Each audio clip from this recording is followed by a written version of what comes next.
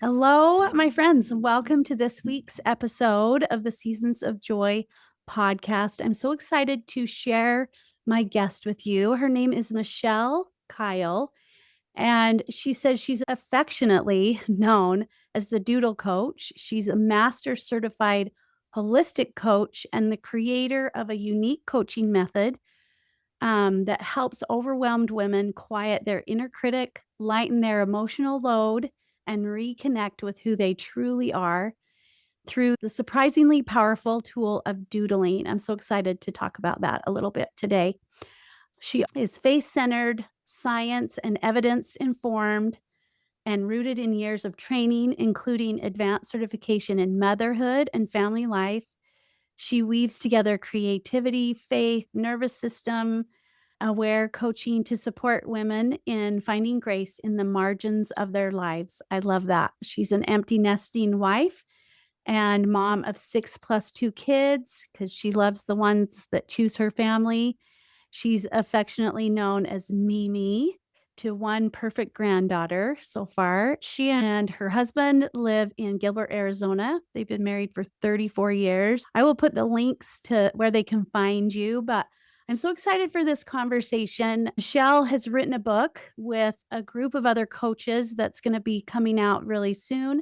So I wanted to have her come on and talk a little bit about what she does and also a little bit about this book that's going to be coming out. So, Michelle, it's so good to have you here. Thank you so much for having me. I'm so excited to get to visit and to just talk about some fun things that we have going on. Michelle and I are in some different groups together. So, we've kind of been around each other, but we've never really had a conversation like this. So, I'm looking forward to it. I love talking to other coaches. I think we all kind of geek out when we talk about coaching things. So we just love these conversations. So I'm so excited for that. But I would love for listeners to hear a little bit about how you found coaching, what drew you to it. So I have a really long story that led me to coaching. It seems like I first found life coaching in general probably about 2007.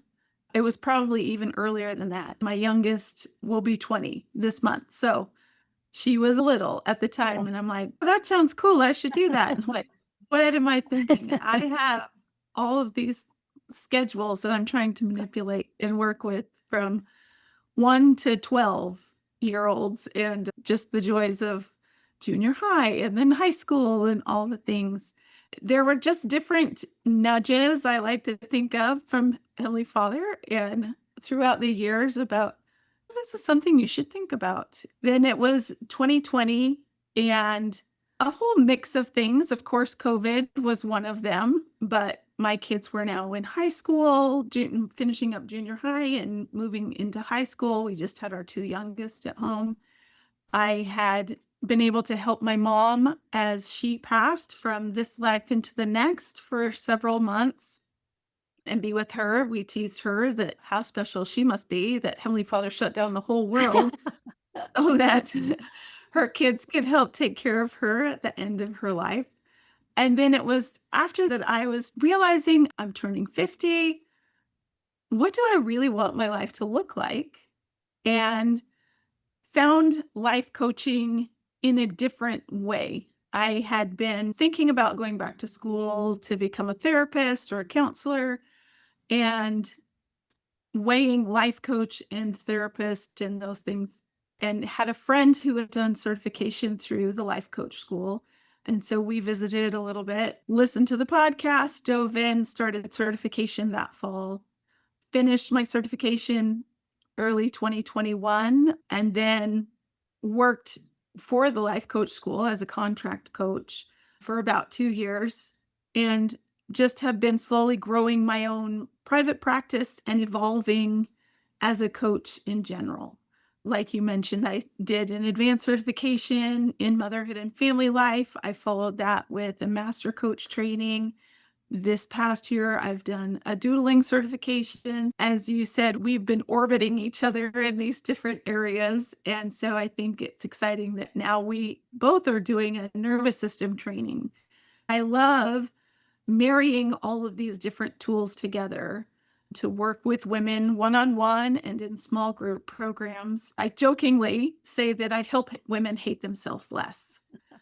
My son, who got a degree in marketing, he's like, I just really would like to see you switch that to I help women love themselves more. And but the truth of the matter is women don't even know what that looks like. More. A lot of times they don't even realize how much they don't like themselves until we have a conversation about their self-talk and the relationship that they have with themselves. And it is surprisingly, I guess at this point, it shouldn't be surprising anymore, Yeah. but it is very surprisingly almost always negative. And working with that really harsh, often rude inner critic that we wouldn't put up with from any other person around us. For whatever reason, we think it is helpful, motivational, beneficial in some way to creating the life that we want. And hopefully, I am helping women, myself included, learn nervous system regulation, some self-compassion, and curiosity through doodling Yeah. and creating. I love that. So explain that a little bit to listeners because I'm kind of new to it too, the idea of doodling. So explain to listeners what that means and what you use that for. So I use it in a lot of different ways. I know that the majority of us as coaches were cognitively trained, right? That we work with mindset and changing our thoughts, which of course affect our emotions. But at the same time, learning and bringing in this nervous system piece that sometimes cognition is not always online and not available to us. And so I love that I can use doodling in multiple ways. One being that it's a good way to regulate your nervous system. So when your brain shifts into that hyper anxiety, spiraling thoughts, the patterns that so many of us have, putting that on a page and using doodling, it actually engages a different part of our brain. And so it quiets down all of those anxious thoughts and feelings so that we can move more into cognitive work and more into what am I thinking? How am I showing up in this way? So that is one area I love, especially when we're working with that really harsh inner critic, is personifying that part of ourself. So creating a doodle that is that mean girl and some of the things that she says and having a conversation on paper with that mean girl, or even just recognizing maybe a doodle of myself. There are things that, for whatever reason, it's easier to think and feel about this little doodle than it is to think about myself. It's just a way of creating a little bit of separation, all of the things that we've internalized as women and made part of our identity that are really just perceptions and beliefs and socializations that we've all been spoon fed for years and years and years. I love that. I saw a reel a while ago and I just shared it on Instagram the other day because it makes me laugh every time. And I can't remember her name, but she's English, she's British, and she's on a scooter and she talks as she scoots to work. And she said she got this piece of advice where she named that negative voice in her head. She's like, I've named it Becky. She's like, Yeah. I don't have any problem with Becky, but I just say, Right. Becky, it's okay. You talk to Yeah. that person in yourself and just calm them down and help them see that everything will really be okay. I love that idea of doodling it on paper. Mhm. It adds to that separation that you can become that observer instead of the character. Right. That is not who I am. That is just what's showing up in my brain right now. Yeah. And I even have a whole boardroom of people in my brain. I don't know Yeah. about you. Yeah. I have what Miss What Ifington. Well, what if this happens? What if that happens? And she's very concerned. Tammy Tough Love is there at my boot camp. Making sure I put in the and I'm Yeah. working harder.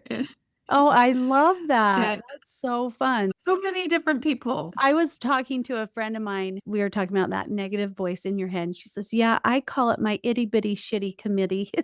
I'm like, that does make sense. Well, Yeah. let's dive in to your book because I know that's what we want to about. The title of the book is She Rises, the insight and wisdom of the women of the Masterful Coach Collective. And it is 13 of us who are all master coaches, and we each have contributed a chapter talking to various different parts of women that struggle, whether that's with self-care or with that inner critic or dealing with burnout or various different things. And my chapter in particular is called Discover Your True Self Through Doodles because pens and markers are cheaper than therapy. I love that through doodling, it is a way for me and my clients that I've worked with, it's a way for us not necessarily to change who we are, but to uncover who is underneath all the layers of things that have been put upon us, whether it's our own expectations or the expectations of others that just kind of get piled on and cover us up in this layer of thick gunk, for lack of a better term, Yeah. that we can learn to clear away what is not ours and let our true self shine through. And just noticing again through the doodles, the example I give was with a small group of women. We did an exercise called This Is Me. And so we drew our little doodle self and we had a little dotted line down the middle. And on one side of the page, we wrote the things that I like about myself, that I can give myself credit for, that I am proud of. And so we would write and doodle various things. And then I said, okay, now add the sentence to this side of the page that says, I love and accept myself. And then on the other side of the page, we wrote down things that we don't like about ourselves or that we want to change or that we see are problematic. And I instructed them again, okay, write down, I love and accept myself. Learning how to accept all the parts of me. One of the women was like, I was having a good day. I didn't realize what came up for me when you suggested I write down, I love and accept myself on a piece of paper. My brain immediately shifted to, do I love and accept myself? Just noticing what comes up when you look at these different doodles and things. It was hard enough for her to love and accept herself in the good and the proud. And it was that much more challenging in all of those things that we wanted to change or thought were wrong with us in whatever way. And so just noticing the power that our minds have to let go of, or even just get curious about what is there and how it got there. Where did it come from? Who taught me that? How did I hear it? Do I need to believe that? Do I need to keep that? Is it even true? I loved what you said that the interesting thing that came up about what they like about themselves and what they don't like about themselves. And I think as women, we have been conditioned to not appreciate the good about ourselves because that's conceited or we think we're better than Yeah. other people. We shrink that part of us, but we really notice the things that are the flaws or the things we think are wrong with us or we think other people think are wrong with us. And those are big, but to add, and I love and accept myself to both, that's an interesting exercise. I love that. And it brings up one of my favorite quotes from C.S. Lewis. He said, humility is not thinking less of yourself, it's thinking about yourself less. So good. So when I am in true humility and when I am able to be in that state, I am willing to accept the good that I am and the strengths that I have, right along with the things that I may not like, the weaknesses or the broken parts of me. When I am able to accept both of those and accept all of myself, I spend a lot less time thinking about myself. Because we're not having to prove anything at that point. It's either we're good Yeah. enough or Yeah. we're not as bad as people think. It's like we're Yeah. trying to prove either thing true. Yeah. Where you can embrace both parts of you, then there's no need to prove. And if I can spend less time thinking about myself, how much more time do I have to think about those around me, to think about the greater purpose of my life than just worrying about who thinks what about me and what do I need to fix and how do I need to look and how do I need to act and what words do I need to say? And my brain has all of the notes to tell me. It's all available for reference if you want to look for Right? that. There's no lack of evidence of that. That's so good. Right. So if you were going to talk to someone that is new to doodling, what's the first step to this journey that you're talking about? I think the biggest resistance that I see with people is the first thing they say is, well, I'm not artistic. I'm not creative. And so I love that. Doodling, honestly, has nothing about it that has to do with artistic. There is creativity involved. I love a quote that I came across from Charles Dickens, who said, the whole difference between construction and creation is this, that a thing constructed can only be loved after it's constructed, but a thing created is loved before it exists. Oh, So we are items, beings of creation. We were created by a creator. We are creators. That's how we were designed to be. And so I love that doodling doesn't have to be about art. It's about being willing to make marks on the page and seeing what comes up from there and allowing whatever. President Uchtdorf years ago gave an amazing talk about the desire to create being one of our deepest yearnings because of who we are. It doesn't matter our talents, our education, our abilities. We have inherent within us to create something that did not exist before. And how can you not be creative when that's who you are? Whether it's creating a meal for your family, whether it's creating a home that you live in, whether it's creating something that you share with the world, whether it's just creating safety for other people to be around you. I love that creativity and artistry are not the same thing. Being willing to be bad at it is another starting point. We're just yeah. like, that did not look the way I thought it was going to. So I like tried to draw a little Jill the other day. I was like, I cannot draw little Jills. I do not know what that's supposed to look like yet. Right? But Over it will time, she's gonna show. come. She's She will gonna show come. up. She will show you what she looks like. And the more you do that, the greater connection you can find to yourself and to that part of you that you're trying to express. That's awesome. So, what is your takeaway from this book that you hope people, when they get this, you can be specific about your chapter and then the book as a whole? What do you hope these women walk away with having read this book? For me, I hope that women can walk away with recognizing that they are not broken. They are not flawed. There are definitely challenges that they face, but they are not character anomalies. They are human things that happen for each of us.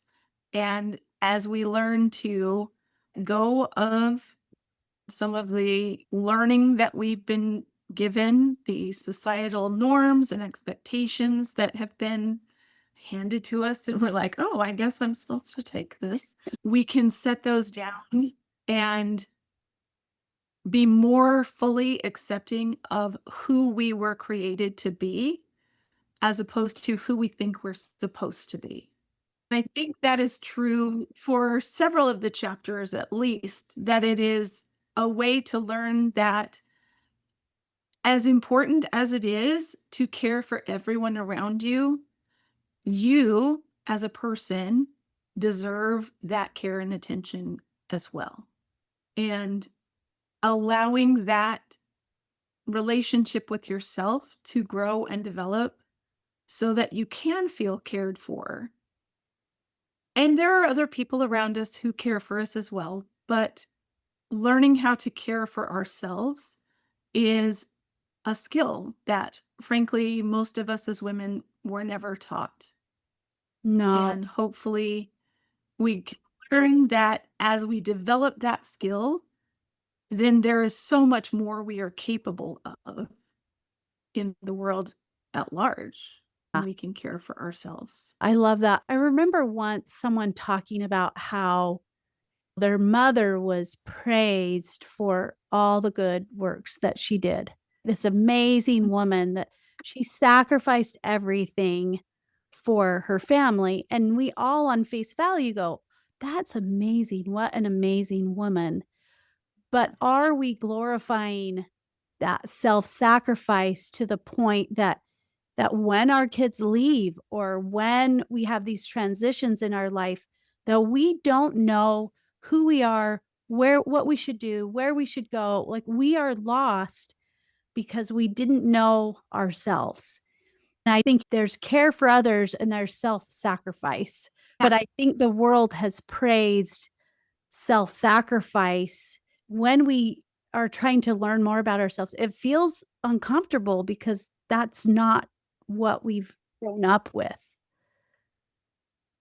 Self care feels selfish. Saying no to someone goes against all the things that we've been taught. If we study the life of the Savior, he took time to be alone.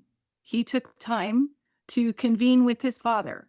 He took time to pray and to care for himself. And I think one of the most interesting things that I've noticed is a lot of, if not a majority of his miracles happened on the way to something else. He was never in a hurry to check all the things off the list. He was always anxiously engaged, he was always involved, but he never had blinders on and said, well, I can't help with that right now because I have the Relief Society dinner next Thursday. And so learning I can take time for these things to care for myself physically, spiritually, intellectually, and emotionally. All of these things are important. And it's not selfish to care for myself in such a way. One year, my husband had all of our kids fill out the Mother's Day survey that they did for preschool, but my kids were like teenagers at the time. And so it was hilarious. My oldest is like, what do you think is maybe your mom's greatest superpower? And he said, she's willing to help anyone and everyone, sometimes to the detriment of herself. Mm. And I was like, oh, I don't think that's a lesson that I wanted to teach. Yes, I want to be willing to help anyone and everyone, but I want to be able to care for myself and my family as well. So hopefully we can learn to unravel some of these things and let go of what we think it's supposed to look like for what it really could be. And that's what's standing out to me is this idea of removing the layers, the expectations. We're removing the things that aren't really us and then looking at what's there, remembering in a way, because it's already there. We've just got to discover it, but it's been covered by these external things. And so discovering who you are by removing what you aren't.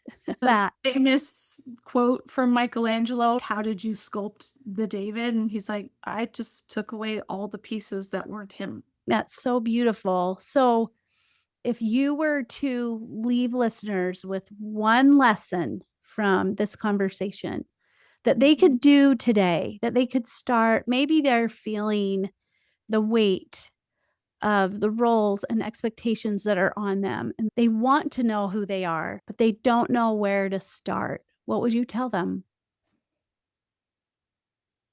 I think the best place to start, especially for women that struggle in this particular area, is just to start with some gentle curiosity and just the question, I wonder who I am without all of these expectations.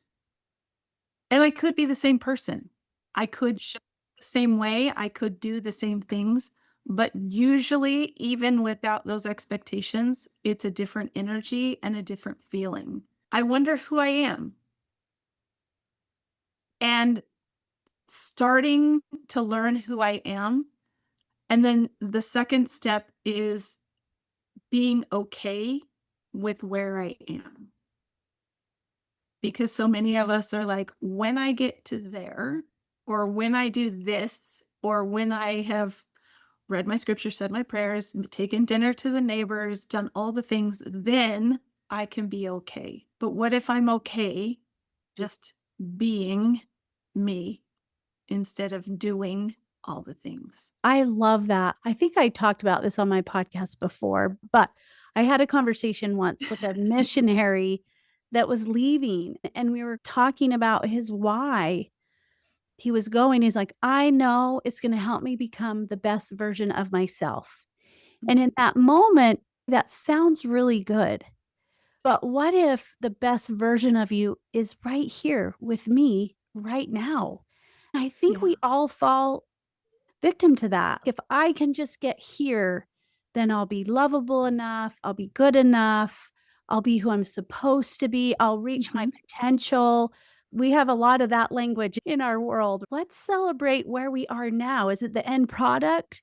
No, but what if you could celebrate where you Right. are and love that part, that person that you are right now? Mhm. That's going to get you where you want to go way faster than waiting. And it takes us back to that quote from Charles Dickens: creation is loved from the beginning. And remembering that we are that creation and we have been loved and are loved since the inception of that thought of creation. Our heavenly parents love us and are willing to work with us. Heavenly Father, the Savior, are willing to meet us exactly where we are and say, I love that you're willing to include me in this. And I'm a creator, you're a creator. We can get you where you need to go. I would have taken a different route personally, but we can work with this. It's okay. There's lots of lessons to learn on the way, no matter what route you pick. I think that's the other thing. I think sometimes the women I work with, when life doesn't look the way you think or Mhm. facing struggles, you're like, I've done life wrong. I've done it wrong. I'm doing it wrong. Actually, the fact that it's messy means you're doing it exactly right. This is where the beauty is. It's where the learning is. It's where the growth is. We actually don't have to be mad at the mess. And embracing that mess and allowing that to be is the area for the greatest growth. Yeah. Okay, this is my mess. Let's do Okay. this. So where can people find you and when does the book come out officially? We will have a launch date, but it should be the last week of this month. Actually, as we're recording this, I just submitted my sign off on my chapter layout and everything. And we're very excited. You can find me on Instagram and Facebook. I also have a website. I have two websites. Both of them need help, let's be honest, but it's a mess and That's I'm what in the we middle of it. And it's, we just yeah. accept it. So the easiest one is the doodlecoach.com and you can find me there. I will be starting up later this month the Doodle Lab, where we'll have monthly classes. They're just drop in style. It doesn't have to be a membership or anything, but information will be on my website. And I look forward to sharing this book with everyone. I Hope that women learn how to embrace more grace for themselves the way they do for the people around them. I love that. And I actually do love that you help people hate themselves less. I actually Yeah. like that a lot. For all of us moms, we're tired of being sugar coated. Y'all, thank you so much. You're doing really good things. So thanks for all you do.